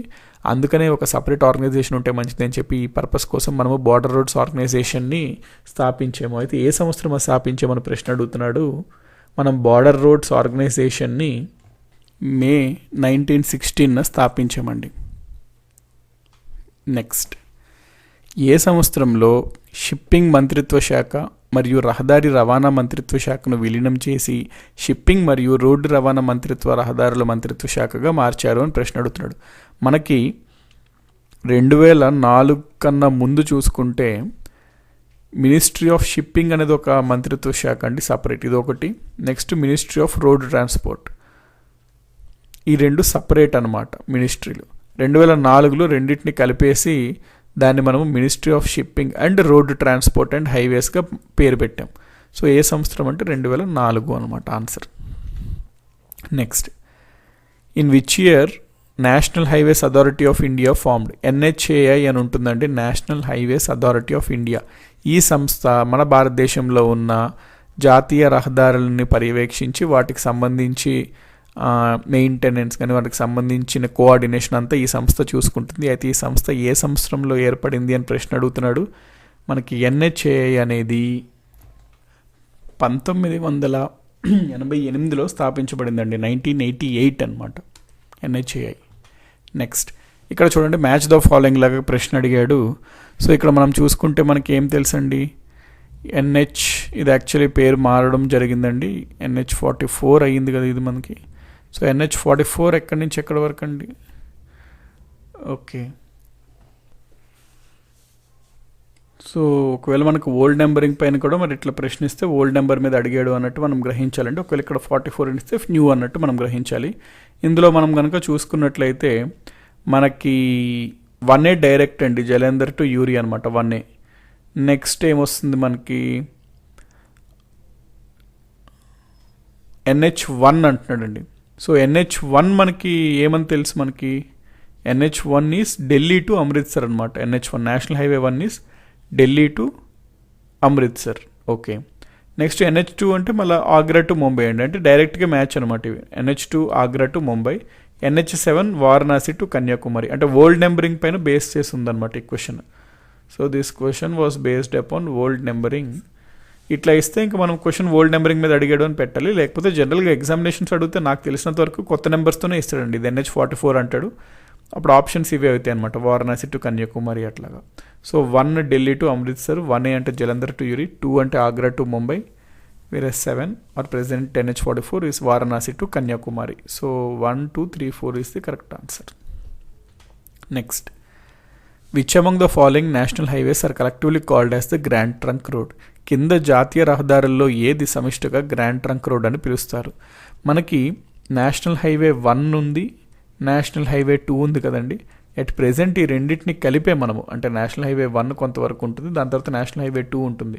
So national highway 1 plus national highway 2 ఈ రెండింటిని కలిపే మనము గ్రాండ్ ట్రంక్ రోడ్గా పిలుస్తున్నామండి. అంటే NH1 plus NH2 is equal to grand trunk road. Next which national highway is called as life line of Myanmar అంటున్నాడు. సో ఏ జాతీయ రహదారిని మయన్మార్ యొక్క లైఫ్ లైన్ అని పిలుస్తారు అని ఇక్కడ ప్రశ్న అడుగుతున్నాడు. ఇక్కడ గుర్తుపెట్టుకోండి ఫ్రెండ్స్, నేషనల్ హైవే 39 ఉంటుంది. ఈ నేషనల్ హైవే 39ని మయన్మార్ యొక్క లైఫ్ లైన్గా పరిగణిస్తారనమాట. So NH39.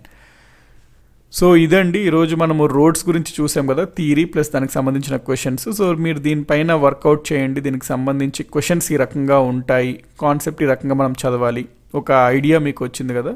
సో దీనికి సంబంధించి ఏ ఇన్ఫర్మేషన్ అట్లా ఉన్నా మీరు నోట్స్లో మెన్షన్ చేసుకుంటూ ఉండండి. డెఫినెట్గా వీటిపైన కూడా ఎగ్జామినేషన్స్ క్వశ్చన్స్ అనేది అడుగుతున్నాడు.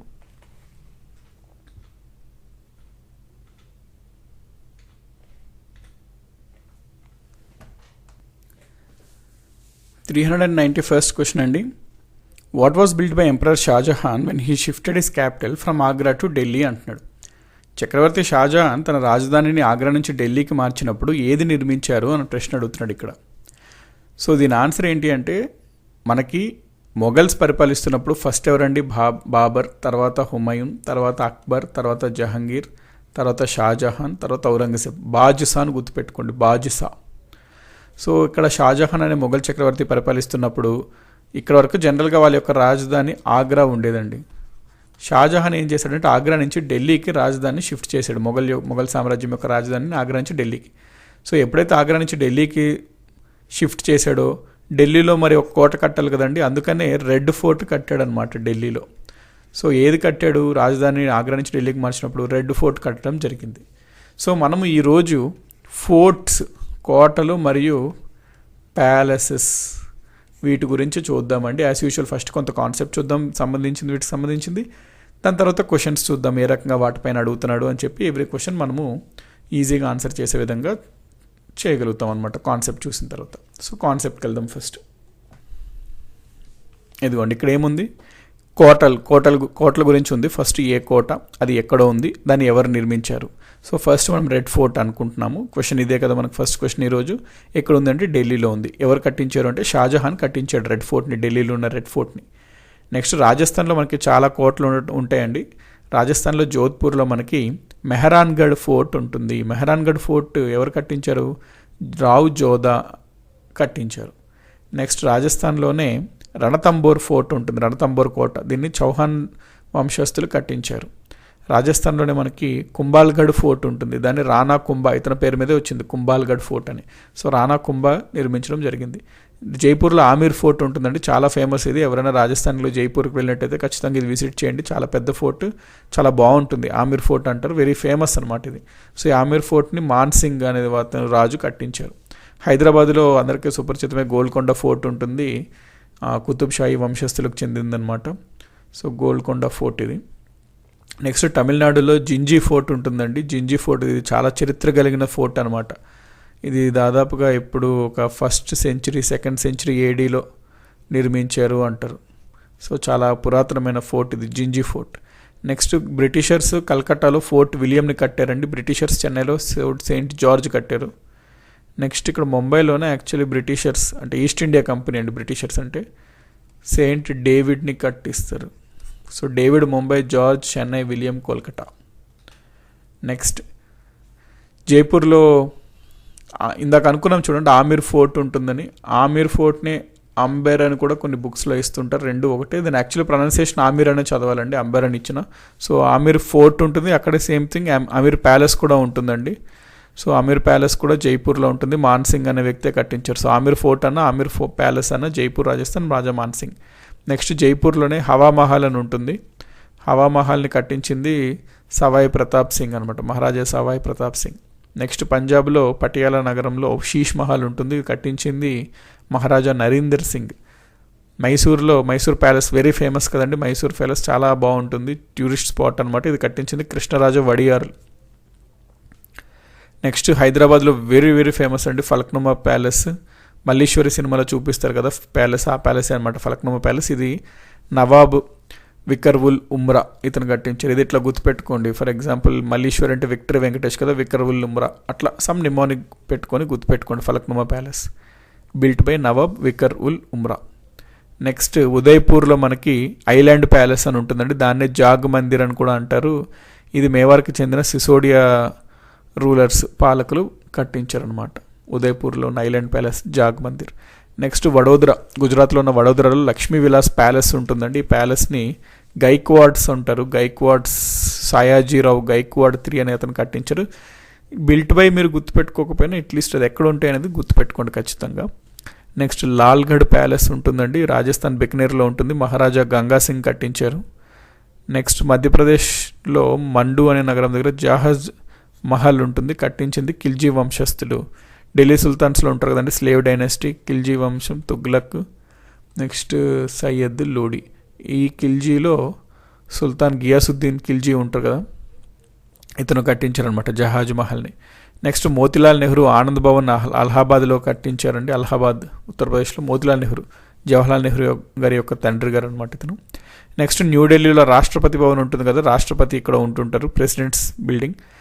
దీని యొక్క ఆర్కిటెక్ట్ నిర్మాత ఎవరు అంటే ఎడ్వర్డ్ లూటియన్స్ అనమాట. పార్లమెంట్కి కూడా ఇతనేనండి, ఎడ్వర్డ్ లూటియన్సే పార్లమెంట్ యొక్క ఆర్కిటెక్ట్ కూడా.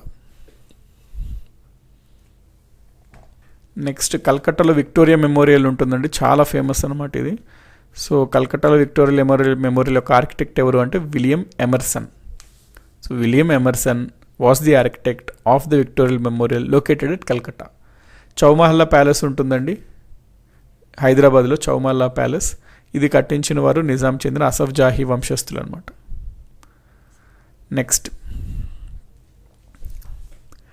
నీర్మహల్ ప్యాలెస్ ఉంటుందండి త్రిపురలో, నార్త్ ఈస్టర్న్ స్టేట్ త్రిపుర ఉంటుంది కదా, అక్కడ నీర్మహల్ ప్యాలెస్ ఉంటుంది. ఇది కూడా చాలా అందంగా ఉంటుంది. ఇది కట్టించిన అతను ఎవరు అంటే రాజు బీర్ బిక్రమ్ కిషోర్ దెబర్మాన్ అనమాట.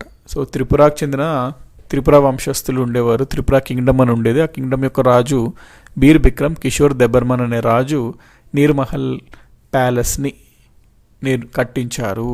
సో ఇదే అండి ఫోర్ట్స్ అండ్ ప్యాలెస్కి సంబంధించిన థియరీ. ఇప్పుడు మనము డైరెక్ట్ క్వశ్చన్స్ పైకి వెళ్ళిపోదాం. సో 391st క్వశ్చన్ చూసాం కదండి, రెడ్ ఫోర్ట్ని షాజహాన్ నిర్మించారు. Next which old heritage sites in India was built by Begum బేగా.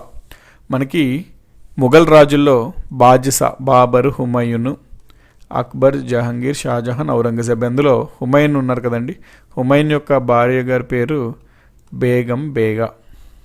సో హుమాయూన్ చనిపోయాక అతని యొక్క టూమ్స్ అంటామండి, చనిపోయిన తర్వాత నిర్మించింది ఘాట్లు అంటాం కదా మనం, అట్లాగా టూమ్స్ అంటారు. సో హుమాయూన్ టూమ్స్ ఉంటాయి, ఆ హుమాయూన్ టూమ్స్ని కట్టించింది బేగం బేగా. ఇది వరల్డ్ హెరిటేజ్ సైట్ కింద ఉందన్నమాట, యునెస్కో హెరిటేజ్ సైట్, వారసత్వ సంపద లాగా. సో ఏంటి అంటే Humayun tomb. Next Chowmahalla palace was built by. So మనము ఇందాక ఏమనుకున్నామంటే చౌమహల్లా ప్యాలెస్ నిర్మించింది ఎవరు? అసఫ్ జాహీ డైనాసిటీ వాళ్ళు. నెక్స్ట్ ఆమిర్ ఫోర్ట్, నేను చెప్పాను కదండి రాజస్థాన్లో జైపూర్లో ఆమిర్ ఫోర్ట్ ఉంటుంది, వెరీ ఫేమస్ అని. దీనిని ఎవరు నిర్మించారు అని ఇక్కడ మనకి ప్రశ్న అడుగుతున్నాడు. మనం ఏం చూసామండి, Amer fort was build by అని రాజా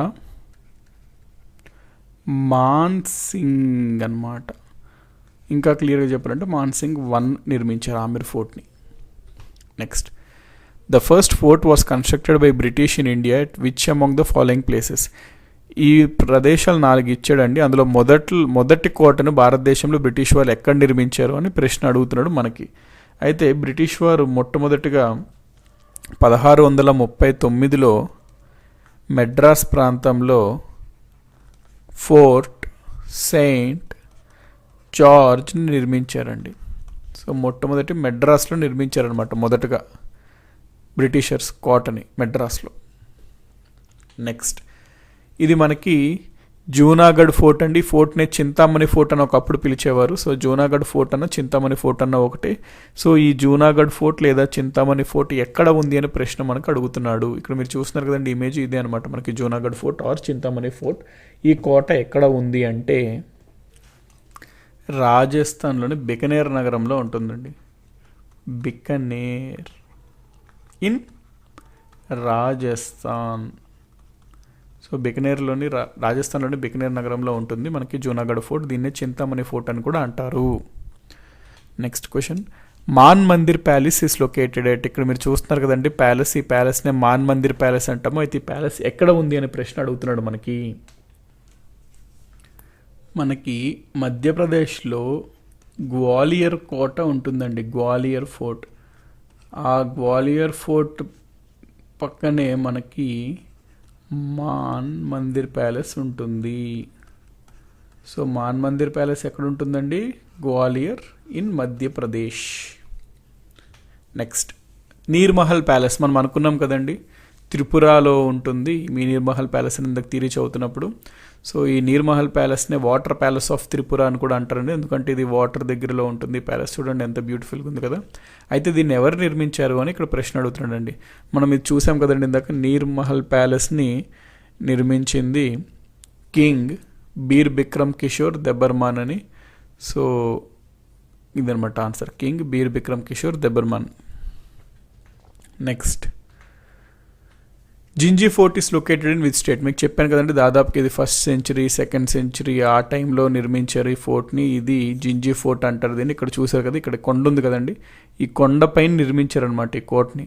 మరి అప్పటి రోజుల్లో అప్పుడున్న సాంకేతిక పరంగా ఈ కొండ ఎట్లా తీసుకెళ్ళి అక్కడ కోట నిర్మించారు అనేది చాలా ఆశ్చర్యానికి గురి చేస్తుంటుంది. సో ఆ కోట ఇప్పుడు చూస్తే లైట్గా, దాని తర్వాత కొన్ని రాజ్యాలు డెవలప్మెంట్స్ చేసుకుంటూ వచ్చారు, కానీ ఒరిజినల్ కోట అది చాలా పురాతనమైంది అనమాట, ఈ టైంకి చెందినది. అయితే ఇది ఏ రాష్ట్రంలో ఉంది అని ప్రశ్న అడుగుతున్నాడు. మనం ఆల్రెడీ చూసాం కదండి, తమిళనాడులో ఉంటుంది జింజీ ఫోర్ట్ అని. మనము ఇక్కడ చదివామండి, థియరీ చదివినప్పుడు జింజీ ఫోర్ట్ అని మీకు చెప్పా. జింజీ ఫోర్ట్ ఇదిగోండి, Gingee fort located in Villupuram, Tamil Nadu. So 400 question friends. Where is Karenghar palace located in India? ఇక్కడ మీరు చూస్తున్నారు కదా, ఇదే అనమాట కారంఘర్ ప్యాలెస్. అయితే కారంఘర్ ప్యాలెస్ ఎక్కడ ఉంది అని మనకి ప్రశ్న అడుగుతున్నాడు. కారంఘర్ ప్యాలెస్, ఈ ప్యాలెస్కే ఇంకొక పేరు కూడా ఉంటుందండి, గర్గావ్ ప్యాలెస్ అని కూడా అంటారు. సో కారంఘర్ ప్యాలెస్నే గర్గావ్ ప్యాలెస్ అని కూడా అంటారు. అయితే ఈ ప్యాలెస్ ఎక్కడ ఉంది అనేది మనకి క్వశ్చన్ అనమాట. ఇది అస్సాంలోని గర్గావ్ ప్రాంతంలో ఉందండి. గర్గావ్ ప్రాంతంలో ఈ ప్యాలెస్ ఉంది కాబట్టి ఈ ప్యాలెస్ని గర్గావ్ ప్యాలెస్ అంటాం. ఈ ప్యాలెస్కి ఇంకొక పేరు, అంటే యాక్చువల్ పేరు ఏంటంటే కారెన్గఢ్ ప్యాలెస్ అనమాట. So Karenghar palace or Gargaon palace is located in Gargaon region in Assam. So ఏ రాష్ట్రంలో ఉంది కారెన్ఘర్ ప్యాలెస్ అంటే అస్సాం రాష్ట్రంలో ఉంది. ఇప్పుడు 400 క్వశ్చన్స్ కంప్లీట్ అయినాయి ఫ్రెండ్స్. ఇప్పుడు మనం ఈరోజు ప్యాలెసెస్, ఫోర్ట్స్ అవి చూసాం కదా, దానికి సంబంధించినవి ఇటువంటి ప్రశ్నలు కూడా ఖచ్చితంగా ఎగ్జామినేషన్స్ అడుగుతున్నాడు. మీరు ఏంటంటే నోట్స్లో ఫోర్ట్స్ ఇట్లా స్టేట్ వైజ్ అన్న అట్లా చేసుకోండి, రాసుకోండి, రివైజ్ చేస్తుండండి, డెఫినెట్గా అడుగుతున్నాడు. మనకి ఇండియాలో ఉన్న కొన్ని ప్రముఖమైన మరి ఫోర్ట్స్, ప్యాలెసెస్ మనకి తెలుసుకోవాలి ఫ్రెండ్స్. ఎగ్జామ్ పాయింట్ ఆఫ్ వ్యూలో కూడా యాజ్ ఏ రెస్పాన్సిబుల్ సిటిజన్ లాగా కూడా మనకి బేసిక్, అంటే వీటి యొక్క ఇంపార్టెంట్ ప్యాలెసెస్, ఫోర్ట్స్ వాటి గురించి మనకి ఎక్కడ ఉన్నాయి, అంటే అసలు అవి ఎట్లా ఉన్నాయి అన్న ఇన్ఫర్మేషన్ మనకి తెలుసుకోవాలన్నమాట. మనం 400th క్వశ్చన్ కంప్లీట్ అయింది.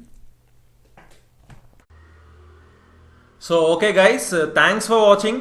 ఈ వీడియోలో మనం ఒక 50 బిట్స్ చూడడం జరిగింది. సో నెక్స్ట్ వీడియోలో మరొక 50 బిట్స్ చూద్దాం. సో తప్పకుండా ఈ వీడియోని లైక్ చేసి మీ ఫ్రెండ్స్ అందరికీ కంపల్సరీగా షేర్ చేయండి. So thanks for watching and have a nice day. Bye.